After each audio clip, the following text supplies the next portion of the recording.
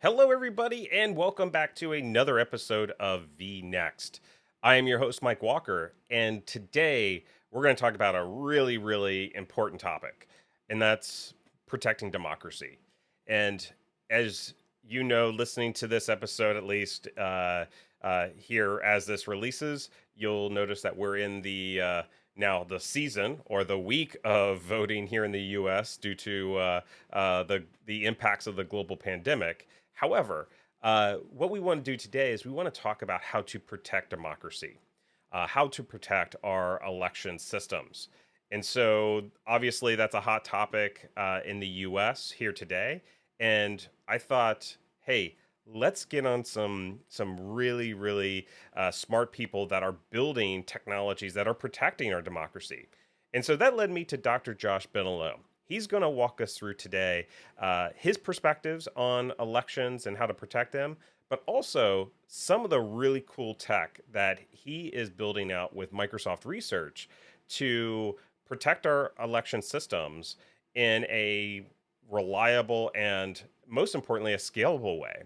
And so, ElectionGuard, which is the technology that they're building out, is actually not a product. It's more of a foundational layer, an SDK that allows election vendors, even specific, counties or states, to insert this into their existing systems, so they can leverage the benefits of all the advanced security cryptography involved in this. So it's definitely something you guys want to stay tuned to listen to or watch. So like always, all of our links and show notes will be on vnextpod.com. That's vnextpod.com. Also remember to rate and subscribe and like and hit 5 stars, all that great stuff. But with that, let's just go ahead and dive into the interview. Josh, welcome to the podcast. Thank you, Mike. It's a pleasure to be here. So, Josh, you've got a really interesting role at Microsoft, and when people look at your title, they're going to see, something along the lines of you're a senior cryptographer for this area within Microsoft Research, and as you know, that could mean a lot of different things. And so it'd be good to maybe walk us through a little bit of your role at Microsoft and how you got to that role. Sure, I'm happy to. There are actually multiple facets to what I do, and that's part of what makes it fun to do what I do. Um, uh, I'd say that my job is divided between being an internal consultant for the company, where I work with product groups on how to get their security in better shape, together with a pure research role where I attend research conferences and write papers and such. And it's a nice mix because I can sort of bring the latest research back to product groups and say, oh, wait a minute, that might not be the best thing to do. There's some new work in this area. These are things to look at. And then it can help inform my research when I know what things are really important in practice to be working on. So the two work together well. I also have the benefit of some other things that creep in occasionally. I do a fair bit of work on crypto policy from time to time, sort of the use of encrypted data and government policies surrounding that. But the most fun is usually my research, and my research is focused or has been primarily focused on election technologies, specifically verifiable election technologies. Nice. And so, with that background, obviously being, focusing on things like elections and whatnot, I'm sure there needs to be some background or some skill set or some knowledge around that. Is that something that you worked on prior to coming to Microsoft? Yeah, it goes back embarrassingly far. My 1987 doctoral dissertation was entitled "Verifiable Secret Ballot Elections." So, I've been at Microsoft a long time. I've been here a little over 25 years now, but that goes back close to 30. Actually, I've been, I guess it's more than 30 years I've been doing research in this area. And even did a little bit as an undergraduate, but nothing very significant. Most of my work started out as a graduate student back in the mid 1980s. Yeah, and I noticed in the background you've got the Microsoft Crystal. Is that representing the 25-year mark or 20-year mark? That is the 25-year crystal. It came just before we got locked out of office. I thought made sense to just take it home and set up a little office here and use that as the cornerstone. Yeah, and yeah, I'm rocking my essentially 10-year one. So I've Mhm. got a little ways to go to get there. But listen, I'm really glad that you agreed to come on because I think we're at a really interesting time in our history. For folks that are going to be listening to this immediately, we're in election week, not election day, and Mhm. things are really interesting right now where you've got individual states that are doing things the way that the laws are written for them, and it's providing some new and interesting dynamics. And unfortunately, as a byproduct of something new being inserted into a very old process, there's always a bit of skepticism and should I say, sometimes some conspiracy theories wrapped around that, but also some very real threats. And, whether that be, nation states, whether that be independent entities like Anonymous or WikiLeaks, which we don't have to worry about much anymore, or just rogue actors. And in today's digital world, that's becoming more and more of a concern. So I'm really happy that you, as an expert in this area, not only in elections, but also in cryptography, can come on and talk a little bit about this. So this is really cool. So let's talk a little bit about the broader program. So obviously, Sure. as Microsoft, we're not selling election technology, I don't think, or voting technology, but we're trying to kind of contribute to the greater good, to democracy. There's a broader program around this. Maybe help us understand what that program is. Sure. So maybe I'll give a little bit of background and history first, because Yeah. since I've worked on verifiable election technologies over the years, it's always been an interest. I didn't.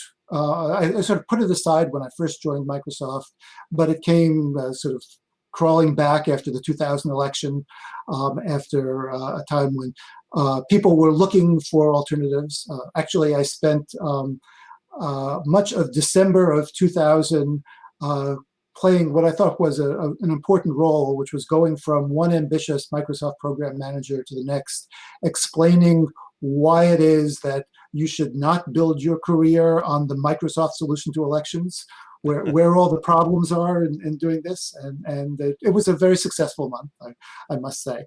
But it pulled me back into the field and opened up some new research problems. So over the years since then, I had various opportunities to pitch within Microsoft. Here's what we could do in elections. Wouldn't it be great? And the response I got was always pretty much the same, which was a gentle pat on the head and say that sounds very interesting, but let's look at the upside potential for Microsoft, which is relatively small. The election equipment market in the U.S. is about $300 million a year, which is not a lot by Microsoft standards. Right. Whereas even if we were able to dominate the entire market, not that I'd want to do that, but even if we would want to, it probably would not get me a meeting with Microsoft CEO. At the same time, the downside reputational risk is enormous. Yeah. And I was told that many times, and I couldn't disagree with that. It really is the case that it's not a good business for Microsoft to be in. The thing that made this come about and work was in 2018,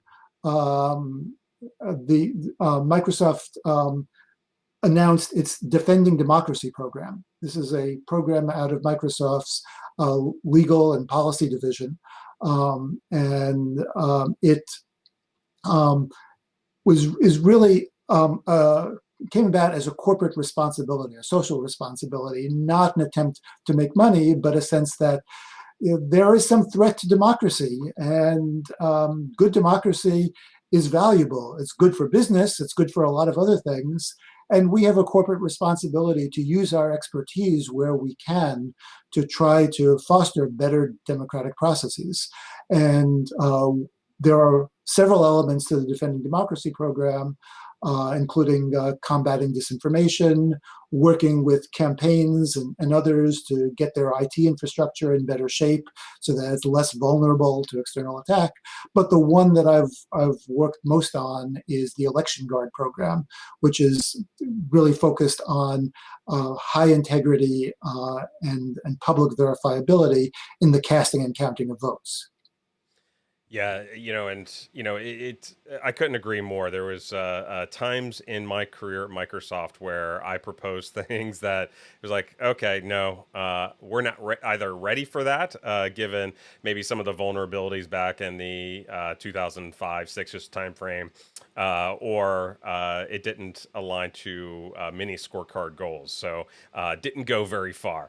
But it's really, really intriguing to see kind of, Microsoft be one, investing, but two, very vocal, right? We're going on and, very senior folks at Microsoft doing interviews in the press and media around, our intentions here and our ambitions to protect democracy, which, like you said, has really helped companies like ours really thrive and actually, be here, right? Because I don't know if Microsoft or Apple or Google or what have you would be here if we didn't quite have the system that we have today. So with this program, at a high level, there's some major components, and one of the ones that you had mentioned that I want to just talk about briefly before we jump into ElectionGuard, because it's such an important topic, and that's the topic of information and misinformation. And it seems that a lot of this is being funneled through social media channels, whether it be Facebook or Twitter or even Google. How is Microsoft kind of integrating into that and combating that misinformation? Are we partnering with a Facebook or Twitter or what have you? Or are there other ways in which we're leveraging these programs and technologies? It's mostly providing tools to help with the provenance of information. We're, for many good reasons, I think, we're not Facebook or Twitter. We aren't that large as a platform for disinformation, although there is still certainly a good deal of opportunity for disinformation to come through, and we're a conduit sometimes. So what we've done largely is built tools to make it easier to understand the sourcing of information so that others could then take advantage of these tools to have a better sense of, wait a minute, where did this come from? Should we believe it or not? There are other things, but I think that's the primary. And I apologize for not being able to go into more detail about it, because I haven't focused as much of my attention there as many others have. Right, because you're the ElectionGuard guy, right? I'm one of the ElectionGuard guys. So, yeah, I just wanted to touch upon that because it seems so important, and it's very topical. It's on top of everybody's minds. But also, another component is around protecting campaigns, political campaigns. Is there, with some of these things, is this more policy that we're helping develop, or are there real technologies that we're building for companies and governments like ElectionGuard, which is an SDK type of platform type of thing? But for these other areas, are we building technologies, and do we have examples of where they're used in the wild? Yes, definitely. There's something called ElectionGuard, and there's something called M365 for campaigns.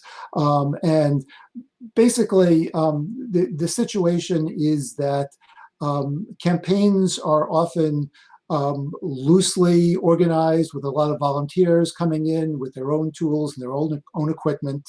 And it's very hard generally to have a consistent security posture around a campaign.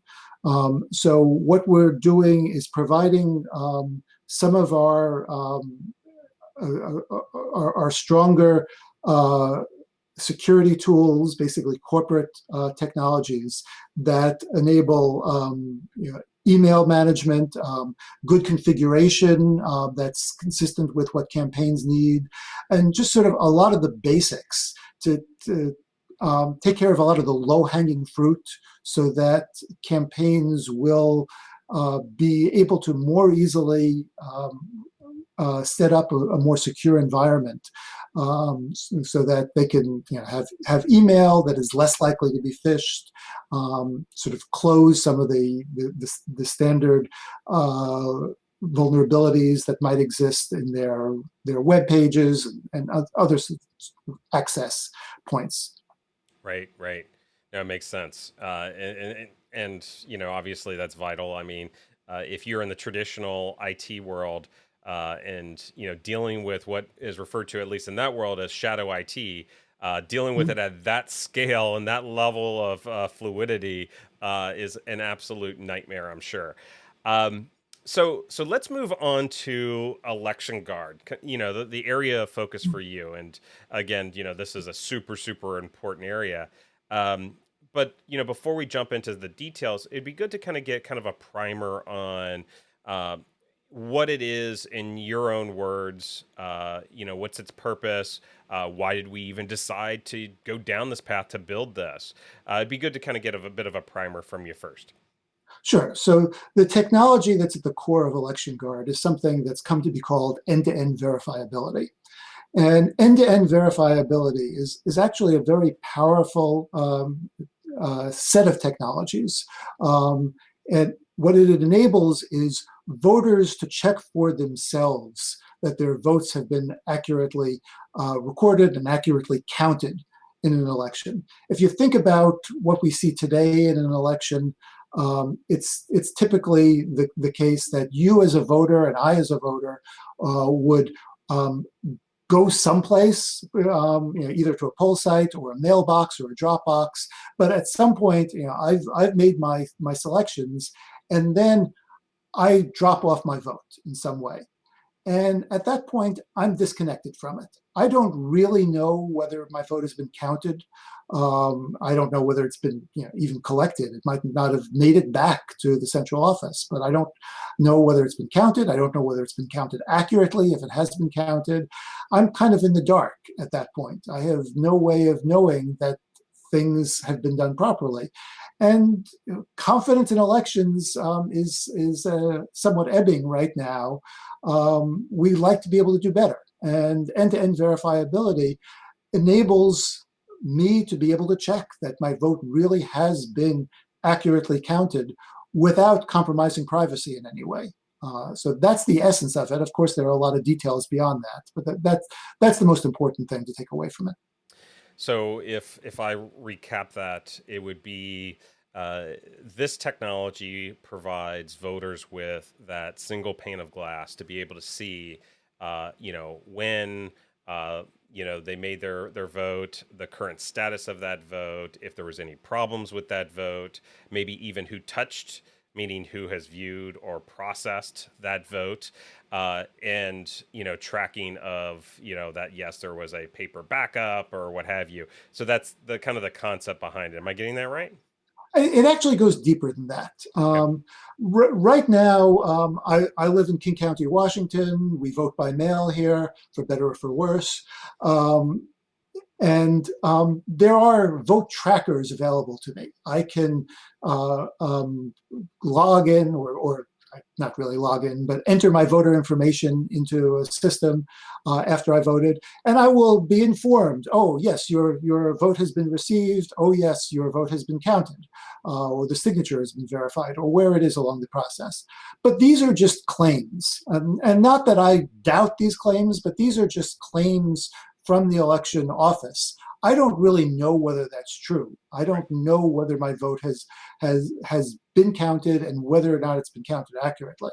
So what's really going on here is that I am getting the same level of transparency that I would have if this were not a secret ballot election and I were just making my intentions known, and I could check a web page later on and see, yes, there's my name, there's my vote next to my name, and that really is the way I voted. And I can look at all the other votes and see that they have been correctly tallied, and perhaps what voters they came from, so that I know that they're legitimate votes.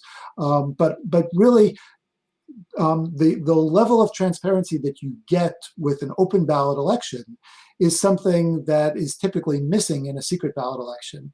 And end-to-end verifiability allows us to restore that transparency so that you can see, yes, there is my vote. My vote really is part of the tally. I'm not just being told that it's in the tally. I can see that it's in the tally.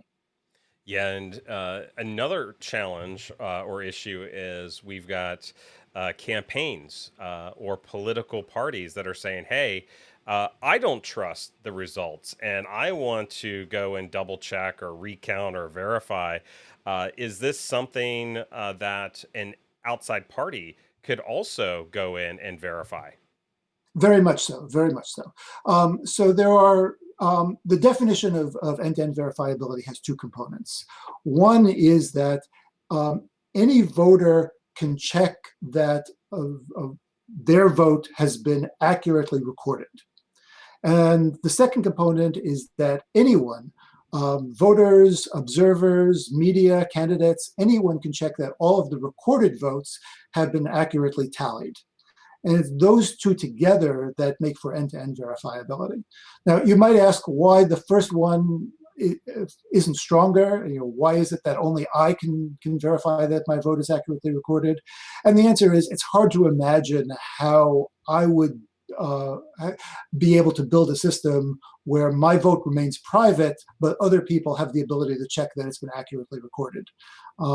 So it's up to the voters themselves to check that their votes have been accurately recorded, but then anybody can check the tallying, and that's something that I would expect campaigns and candidates and news media to want to do.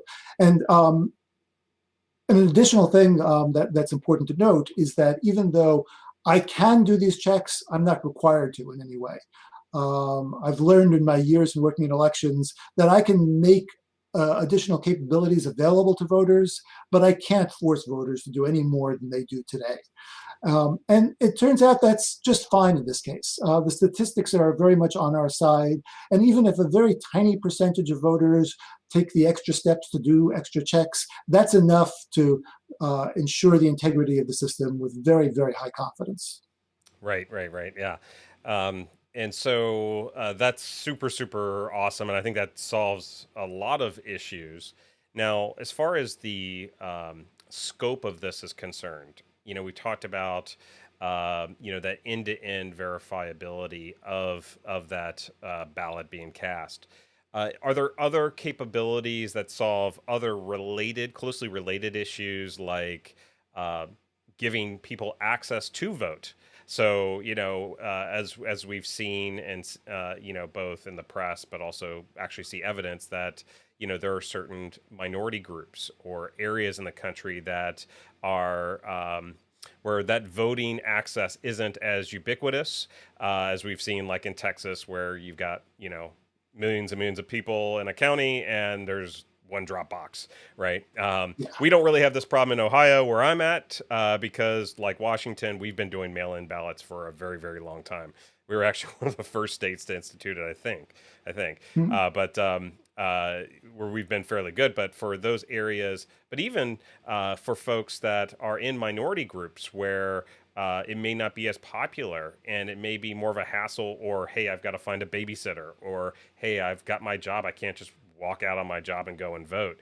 Does ElectionGuard help with getting people access to vote, or is it just protecting the infrastructure and the integrity of the vote? It is mostly the latter. It's protecting the technologies, but it's not just one technology or one means of voting. ElectionGuard can be used with in-person voting, um, whether it's voting on what's called a BMD, a ballot marking device, or an electronic device of some sort that receives your ballot, whether it's a hand-marked paper ballot and an optical scanner, or BMD and an optical scanner for that matter. It can be used in person. It can be used with vote by mail. It can even be used for internet voting, although for a variety of reasons that I'd be happy to go into, that's not something that we're endorsing because there are some other issues with internet voting.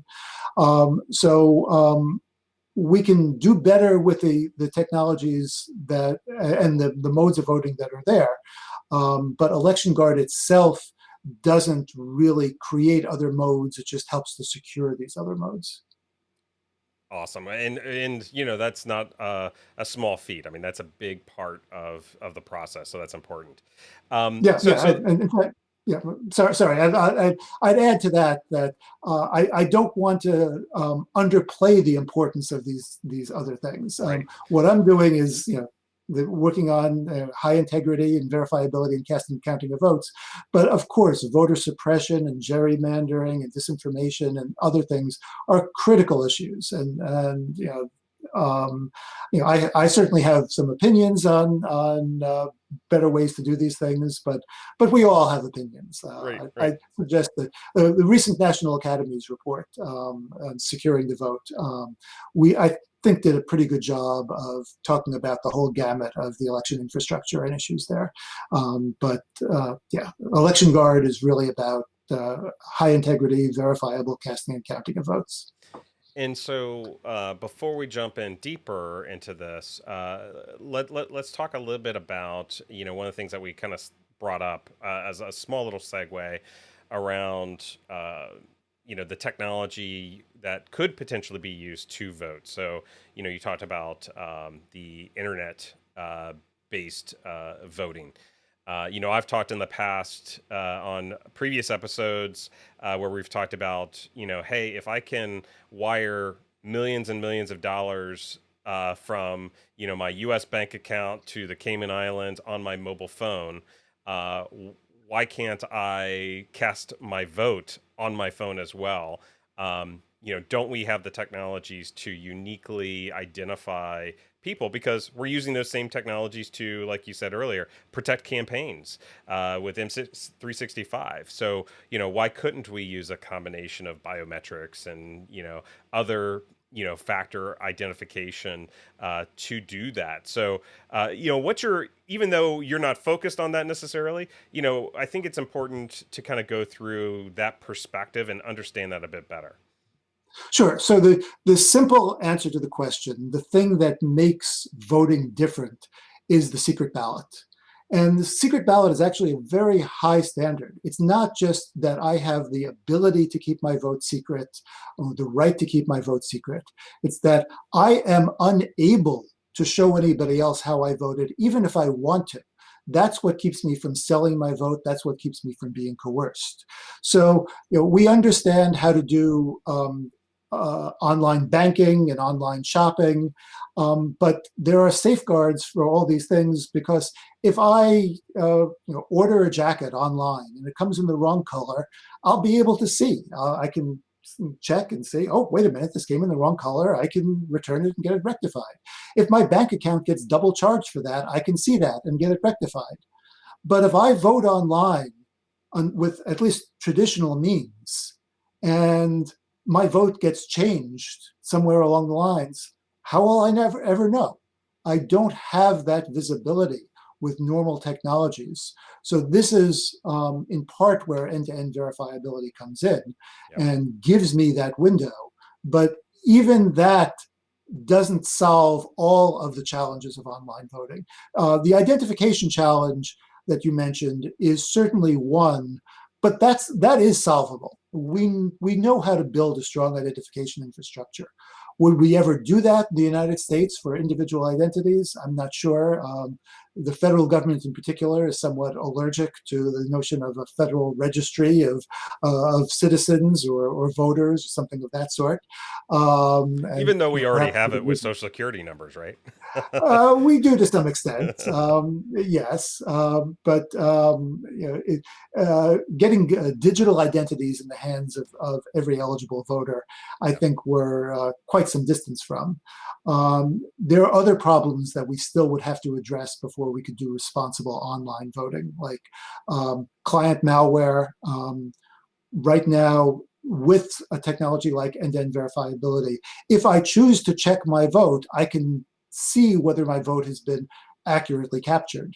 But most people won't do that. And therefore, I could get my vote corrected if it's changed, but still, it's I got malware on my device. The problem, if the onus is on me to Right. do that. And therefore, if only 1% of people are checking, 99% of people got their votes flipped, that's not going to make for a good election. When we're doing this in person, then if I detect that the voting device tried to steal my vote, then I have basis for calling into question this entire election and get it rerun, or a paper recount, or whatever the appropriate remedy is. So that's one of the fundamental differences. And actually, another I'll just mention is targeted denial of service. Where we all know about denial of service attacks, they're a nuisance. They're a big nuisance on the internet. They'll slow things down, but that's what they are, just really a nuisance. It's more than that in elections, because an attacker could target a particular region or a particular demographic and make it harder for people who are targeted to vote. And that doesn't just slow things down, that changes the outcome of an election. Yeah. So that's a huge difference. So we need to get a better handle on that, on client malware. We need the identity infrastructure to be there. We need a lot of things to be done before we can do responsible online voting, even with end-to-end verifiability. So if I heard you correctly, it's not a case of could we do this. It's there are a vital set of building blocks that we need in place as a prerequisite before we could go to a system like that. Am I getting that right? That's exactly right. Yes. Okay. And in your mind, as you were, building ElectionGuard, and you continuously are, putting things out into the world, I guess, an important aspect that'd be interesting to understand is what were some of the inhibitors to success around ElectionGuard? Were there specific, I don't know, state rules, or were there specific processes, or existing technologies of vendors that made it harder to do this end-to-end verifiability? Well, the way we've structured things, and this is a careful choice, is we are not building, ElectionGuard is not an election system. It is a toolkit. It's a free open source software toolkit that we are making available to vendors so that they can integrate that into their own new and existing election systems. Now, of course, there are challenges in doing that. We worked very hard to make for a clean and simple API. Basically, there is one API call with each vote that a vendor would have to execute, and everything else could be done separately, and vendors don't have to worry about that. But still, the election infrastructure in this country, I've been a corporate tool for too long, perhaps. No. The election infrastructure has many challenges, and the National Academy's report I referenced goes into it in some depth. But it's a small market, and it's a very diffuse market, because in the U.S. We're not in the midst of a presidential election. We didn't just have an election. What we had were over 8,000 concurrent elections that many of them are concluded, many of them are still going on, but these are different elections with different rules and different personnel and different equipment and all sorts of different aspects. And the election equipment vendors in the US have to serve that market. And what they wind up doing is a lot of customization and handholding. They don't have great economies of scale. So it's very challenging to build, to innovate in that market. And one thing that we're trying to do with ElectionGuard is say, you don't have the resources to do this. Here, we can provide it. We'll do some hand holding with you to try to make this happen. But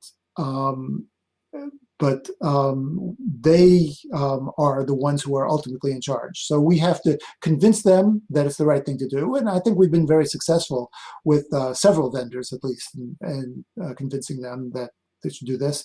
There's also a certification infrastructure in the US, and we're making very good inroads there. End-to-end verifiability is a first-class citizen in the new draft guidelines that are working through and being voted on, hopefully next year. I think we're making progress there, but both vendors and election officials are rightfully very cautious. Right. And anything new has to be very well vetted and well understood before they're ready to adopt it. And I get that this is used for citizens to vote. Will this, or could this be used for, let's say, like the Electoral College and how they vote? It's not really appropriate there because the Electoral College vote is open ballot. So it's much easier. Right. You don't need all this cryptographic machinery in order to make it so that you can have a secret ballot vote that emulates all of the transparency of an open ballot when you've got an open ballot vote to begin with. So it's not really necessary or appropriate there. You actually, what the Electoral College does can be and should be end-to-end verifiable, just end-to-end verifiable without ballot secrecy. Still, anybody should be able to check that that the votes are accurately recorded and cast, and we do that because we will all be watching as the Electoral College meets next month. Meets virtually next month. They never actually meet in one place. They're all in their respective state capitals, but we'll be watching. And if anybody deviates in any way, if we have any faithless electors, I'm sure that will be very well covered. Right. And, I think to cap off this part of the conversation, I think it's super, super important because it's not really talked about a whole lot about the differences between an open and a closed or private ballot, and the importance of, for us as citizens, for that to be private and, to avoid kind of, some of the things that you'd mentioned around, gaming the system, fraud and all those aspects. I mean, would there be anything else that you would kind of comment on about the differences between the two and why it's so important to have this more private based ballot? Sure. There's an interesting history in the US. Most American presidents were actually elected without the benefit of the secret ballot. And it wasn't because we didn't think it was a good idea. It was we didn't know how to do it. It wasn't until the mid-19th century that what's come to be called the Australian ballot was devised. It was first widely used in Australia. The idea that people would vote in private within a public setting where their privacy is being publicly monitored and publicly enforced was a technological advance in the mid-19th century. We didn't know how to do that beforehand. So that became available and slowly worked around various places.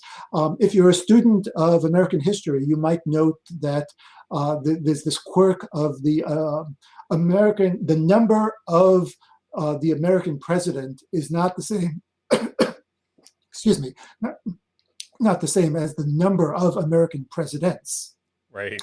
And that actually goes back to this issue with the secret ballot.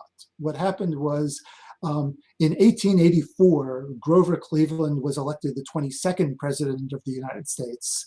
In 1888, he faced Benjamin Harrison in an election which was utterly rife with vote selling and coercion. It was regarded as such a mess that in the intervening 4 years, the secret ballot became almost ubiquitous throughout throughout the U.S. Excuse me.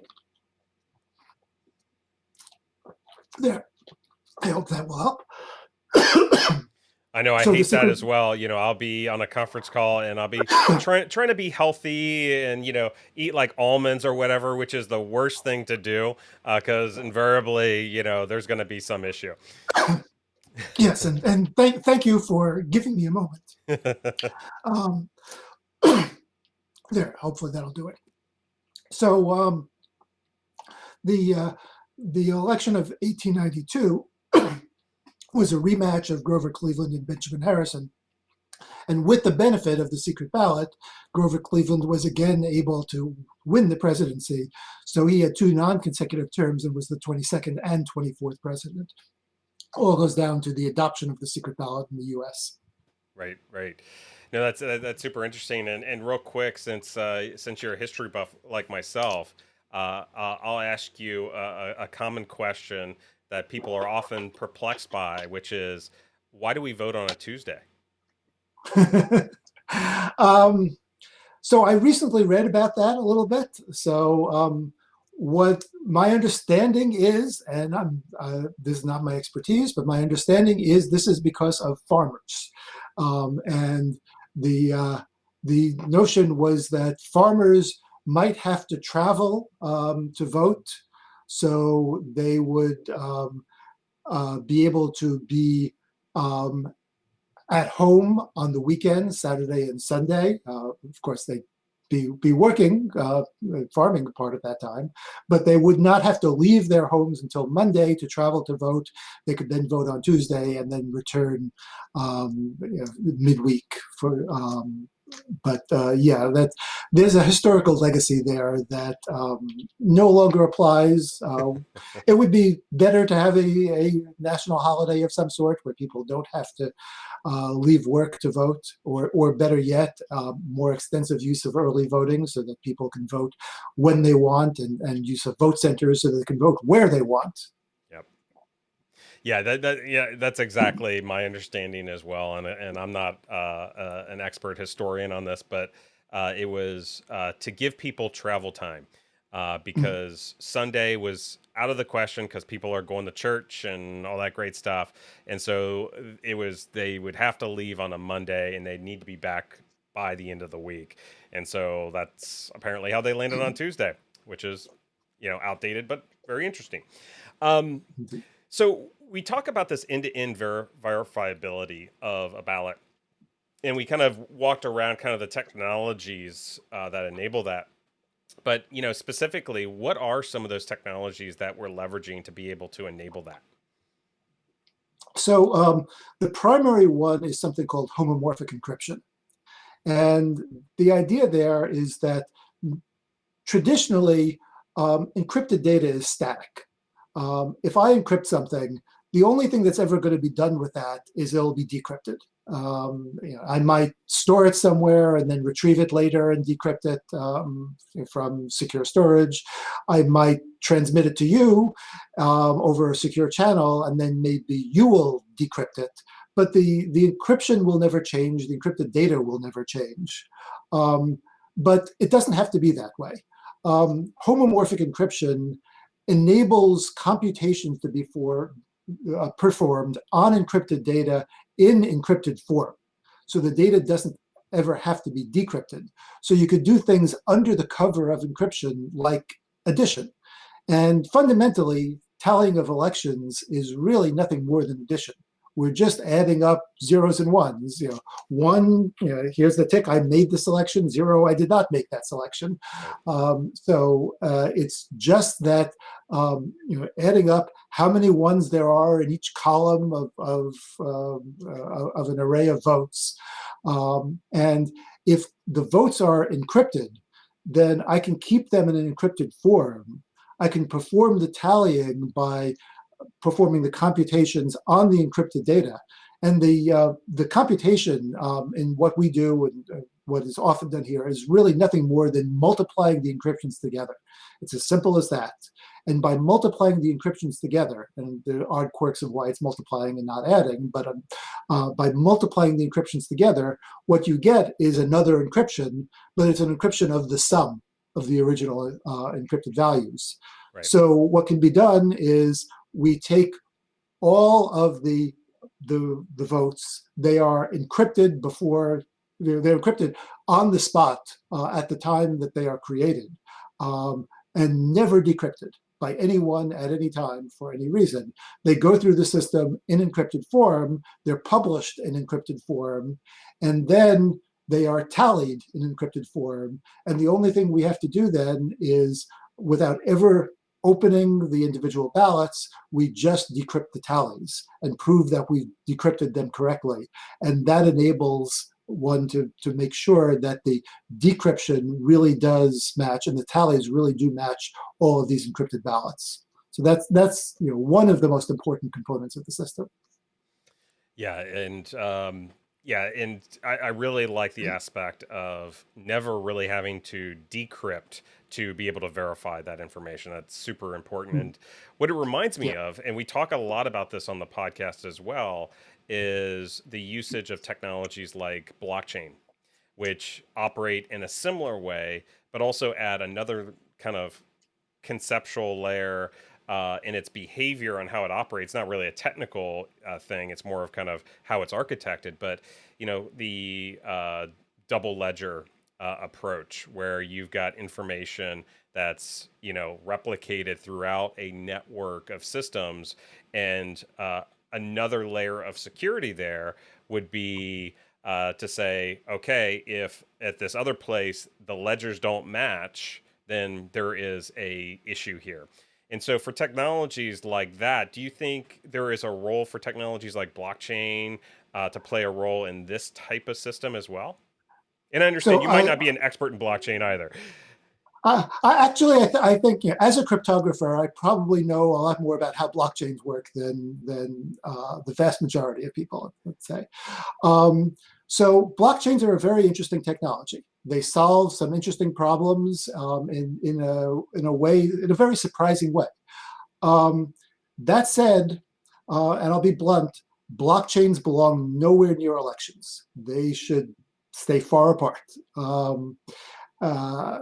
I actually was quoted in the Associated Press last year, so it made it into lots and lots of little newspapers all over the country, saying that anyone promoting blockchain voting either doesn't understand blockchains, doesn't understand voting, or is being dishonest. Right. And I stand by that quote. I've seen all three. Essentially, it's a bit of a shame, especially since there are companies out there who are promoting blockchain voting and sort of purveying this idea that it must be a great idea. Superficially, it seems like a wonderful fit. Superficially, it seems like, well, here's a high integrity list. But blockchains really only make sense in a fully decentralized environment.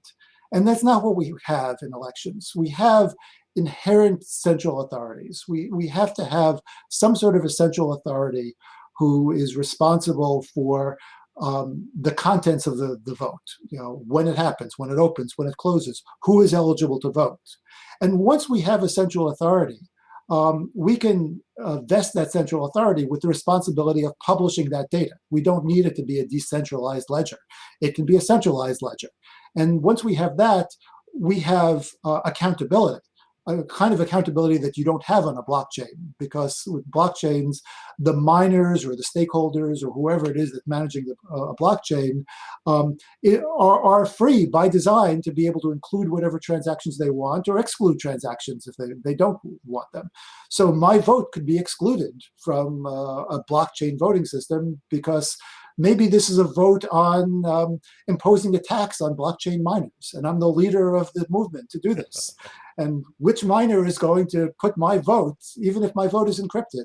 They know how I'm going to vote. They're not. Nobody's going to put it on the blockchain. So there's an accountability that's missing from blockchains. There's other problems that are introduced by blockchains that are pretty significant, like the fact that a majority of the miners or stakeholders, or at least mining power, is enough to be able to put whatever you want on a blockchain. So blockchain voting is basically replacing rule by majority of voters with rule by majority of miners. There are other problems that are introduced, but Josh, basically blockchain. did you Yeah. just describe the U.S. election system there? Isn't that how it um, works? Okay, we don't have to go there. there might have some, but yes, yes, it's a concern. So yeah, So true indeed. But there are real problems yeah, with elections, none of which are really solved by blockchains. They don't provide anonymity. They don't provide the necessary confidentiality or eligibility or other things. And we could build them into a blockchain system, but once we do, the blockchains become entirely superfluous. right. You don't need them. They don't help. They actually hurt. Right. Sorry. No, it sounds like a lot of what you're saying is it could be overkill. One aspect is the technology could be overkill for what we're trying to do for voting in elections. But two, I think that there is a kind of a major divide in the blockchain world. There is the permissionless world, which you largely Right. described as we see with miners and cryptography, or not cryptography, but with cryptocurrency, etc. And then Sure. there's another side where we're seeing blockchain for business. And this is where we're Yeah. starting to see permissioned based blockchains that are used for reconciliation processes, for smart cities, and all sorts of different utilities that they create essentially a walled garden. They don't use the consensus methods like miners. They use, a customized consensus mechanism that makes sense for that business area. So I think there's two major camps, and it's tough to sometimes at a high level distinguish between the two. But I agree Sure. that there are probably bigger problems to solve than worrying about putting blockchain into the voting system. Well, I'll add to that yes, blockchains and voting make even less sense in the unpermissioned case. But even permissioned blockchains really play no role. They make no sense in a voting system because you don't need that. That kind of distributed ledger capability. It's centralized. There is a central authority who is responsible for producing whatever information goes into the ledger. And we can just vest that central authority with that responsibility. Now, it, of course, should be backed up in various ways. And if you want to use a blockchain to back this up, fine. As long as the central authority digitally signs in some way to create non-repudiation, whatever information is going to be posted, then that's really simpler and more effective than even a permission blockchain for this use. Yeah, makes total sense. Um, and so, if I'm understanding this correctly, now that we kind of have the business side and the technical side here represented, um, ElectionGuard is really a open sourced, fully transparent SDK that is meant to be pluggable into existing vendor solutions or homegrown government systems, whatever it may be. It's meant to be a foundational component to be able to enable the capability of end-to-end verifiability of a vote. It leverages advanced cryptography like homomorphic encryption that will enable capabilities like we talked about being able to verify information without compromising that information, i.e., not decrypting that information. The end user has something as simple as a code that they can go and see through a single pane of glass. what is going on and audit, but also other third-party auditors can come in and audit this. The media can audit it, governments, and even other, the campaigns on either side can verify this.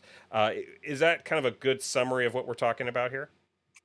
I think I can, shut down now. You've said it all. That's perfect. Yes, great. Awesome. So, with that, so let's transition, kind of in closing here on the future. So, right now we're talking about, the capabilities that are provided at the moment. Um, we've got technologies like quantum computing that are on the horizon. It's not here yet, but it's on the horizon. Is homomorphic encryption, is that quantum proofed as far as from an encryption perspective, or will we have to introduce other kind of quantum proof algorithms as we move forward, 5 to 10 years from now? So homomorphic encryption isn't one encryption system. It's a property of various encryption systems.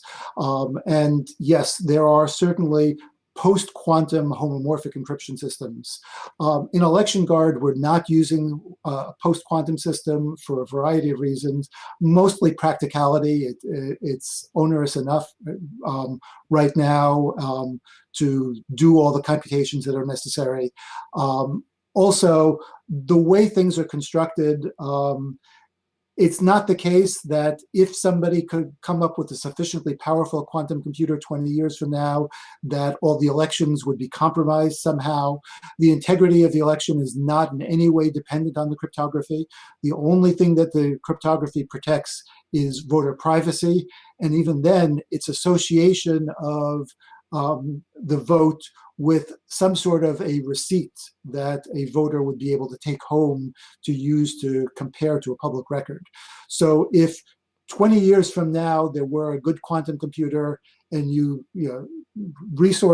put all the resources into decrypting all of the encrypted data in an election, then if you could find somebody who had kept a receipt from a 20-year-old election, you could then go and say, oh, I can now see that receipt corresponds to this vote. Aha. So there is a small bit of risk, but I think it's very confined.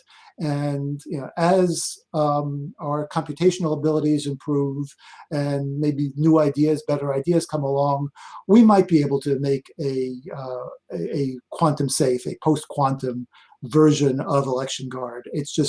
It's not a practical thing to do right now, and there are enough benefits that the right thing to do is use the current technology.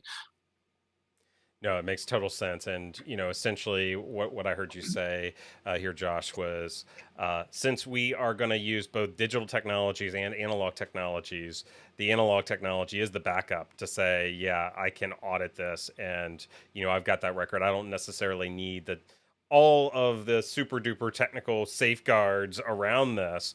I've got a good enough mitigation approach. Yeah, well, it's even more than that because it's sort of odd to think this way, but the cryptography in ElectionGuard doesn't do anything directly to provide integrity. It does. It's used in the integrity process, but even if the encryption were totally broken, it would not in any way impact the integrity of the election. The only risk if the cryptography were broken would be to vote privacy. So we do have a margin of error that we built in. We're using very long keys. We're using 4,096-bit integers in our encryption. That's twice as long as the usual standard today. That should provide fairly long-term privacy, even in the face of the possibility of a quantum computer coming on years down the road. Right. Awesome. So I don't have to sweat it. I don't have to worry about Skynet or some rogue government from using quantum computing to manipulate our democracy. One less thing. No, One less thing to worry about of the many things to worry about.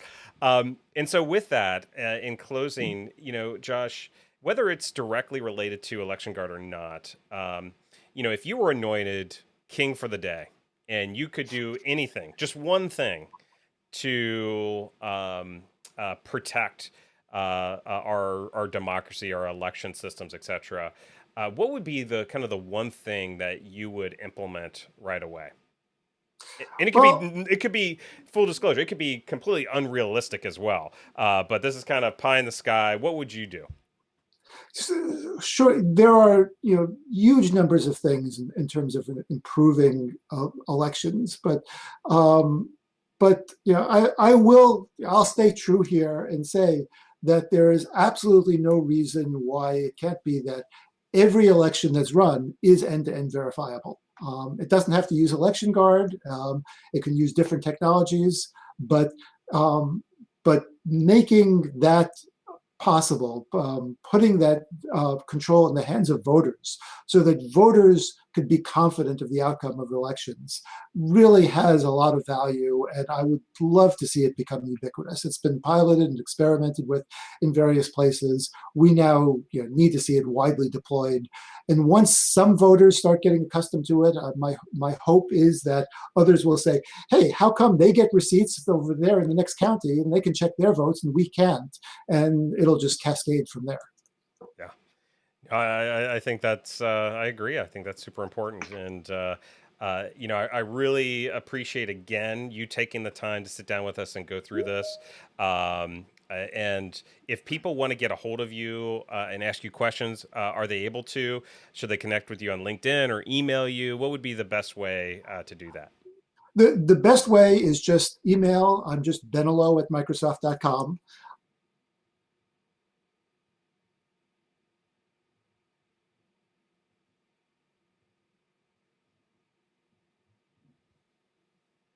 Happy to try to address it.